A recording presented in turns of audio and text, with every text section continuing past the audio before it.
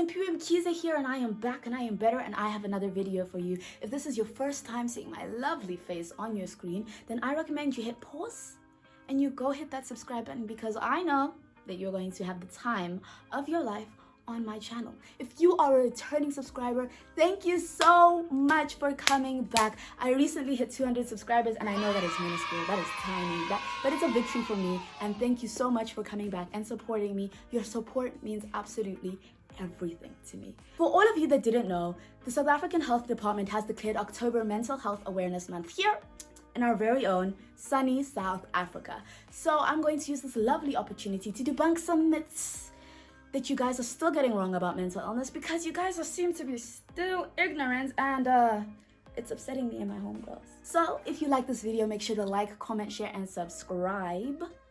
And subscribe and share and like and comment. And now let's get into the video. So myth number one, that all therapists and treatment plans are the same. This couldn't be further from the truth, and this is one of the most dangerous myths to spread around. And I'll tell you why. Because if somebody has a bad experience with a therapist, it doesn't mean that all therapists are like that.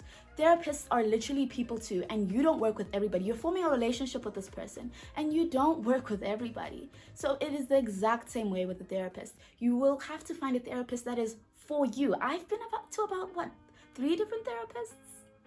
And I've only recently found one that I actually connect with. And it is okay.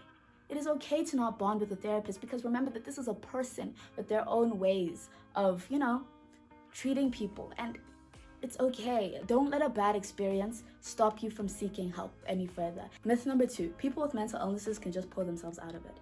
So now this one is not only insensitive, but it's also downright stupid. Think about it. The brain is the most complex organ in the body.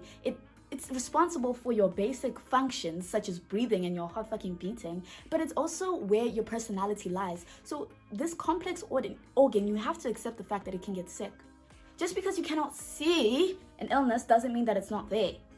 You can't fucking see the days of the week, but you still pretend it's Monday and you still groove on Friday just because. So, and you still conform. So why is it so hard for people to accept that people with mental illnesses can't just pull themselves out of it? It is a real illness. And if we could pull ourselves out of it, we would. We really would. Nobody likes to suffer. Nobody likes to be sick. It is not fun. It breaks my tits that you guys still think that way. Like, how old are you? Are you guys from the 1950s? Because no. Number 3, mental health issues are rare. 1 in 5 people have experienced or will experience a mental health issue. Does that sound rare to you? That means in your class of 20 people, 4 people will probably experience a mental illness at some point in their life. That's not rare, and telling people that it's rare makes people reluctant to get help, because why? They're gonna think that people think they're faking it, and it just doesn't work like that. It just doesn't. It doesn't. And it's okay. It's okay to have a mental health issue. It is all right. A lot of people struggle with it. Some of the most influential people on this planet suffer with their mental health, and that is okay. It is not rare, but you just cannot see the suffering the same way you could with, for instance, I don't know, a broken leg or diabetes. Number 4, that mental health issues are incurable and there is no hope. There are some mental illnesses that are not curable, but they are all treatable. They're definitely all treatable with therapy and treatments. It's perfectly common for a person with depression to no longer have symptoms of depression after an adequate amount of help, therapy, and for some people, medication is necessary. There is help. There's help out there. You just need to go find it. And it is okay to be seeking that help. Mental illness is not a life sentence, it's not a death sentence, it's not shackles, it's not chains.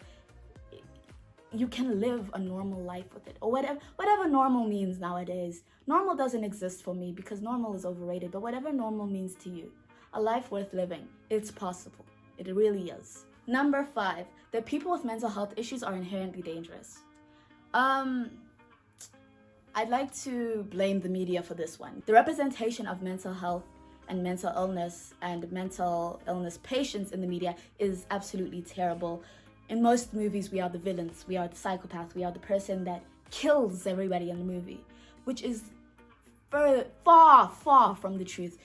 Mental health patients are more likely to be the victims rather than the perpetrators of violent crimes. Let that sink in.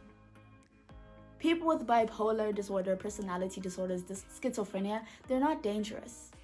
And if anything, they are more danger to themselves than they are to you. So stop stereotyping people with mental illnesses because it is dangerous. Sometimes the stigma attached to mental illness can be more damaging than the mental illness itself. Genuinely.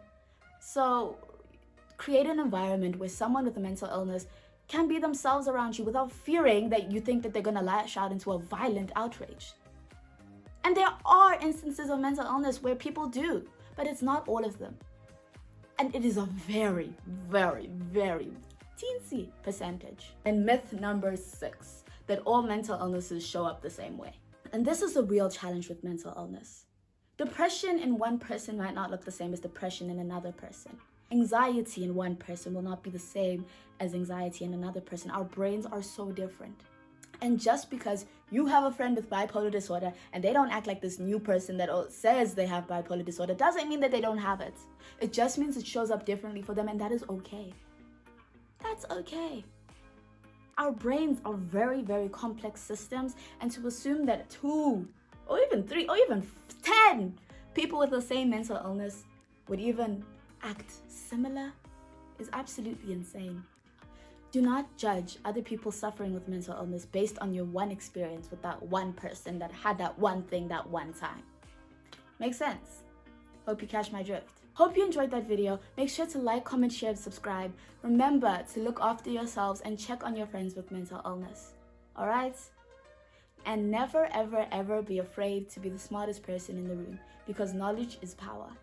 Hope you have a great week, and see you next time.